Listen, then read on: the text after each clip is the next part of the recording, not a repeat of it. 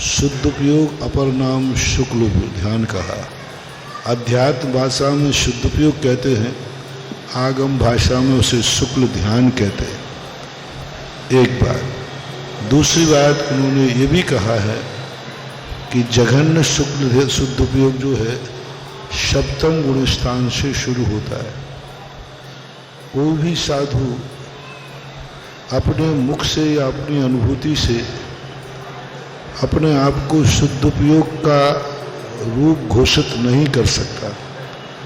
न शुक्ल ध्यान का कर सकता है, न शुद्ध उपयोग का कर सकता है, न शुभोपयोग का कर सकता है, न सम्यक दर्शन का कर सकता है, न सम्यक ज्ञान का कर सकता है, न सम्यक चारित्र का कर सकता है, और न ही अपने गुणस्थान का घोषणा कर सकता है।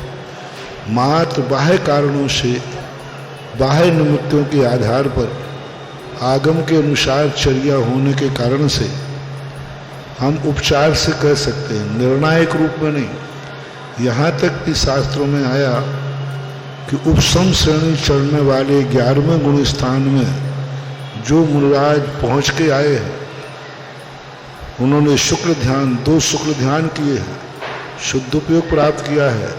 लेकिन उनसे पूछा जाए कि भगवान आप कहाँ थे, इतनी देर में हम आपके सामने बैठे, तो वो भी नहीं कह सकते कि हम शुक्ल ध्यान में लीन थे, हम शुद्ध उपयोग में लीन थे, हम 11वें गुण स्थान में लीन थे।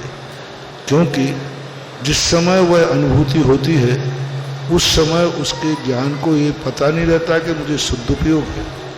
यदि शुद्ध उपयोग हमारी पकड़ में आ रहा है तो वो शुद्ध उपयोग कहाँ है, वो तो शुभ उपयोग है। शुक्ल ध्यान हमारी पकड़ में आ रहा है तो शुक्ल ध्यान कहाँ है, वो तो एक शुभ उपयोग सामान्य धर्म ध्यान है।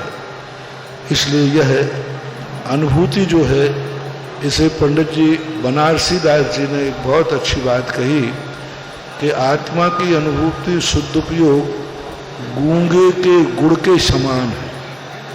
गूंगा जैसे गुड़ खाता है, उससे पूछो ये स्वाद कैसा है तो बता नहीं पाएगा, वो कहेगा आप भी खा करके देख लीजिए, ऐसा मानना।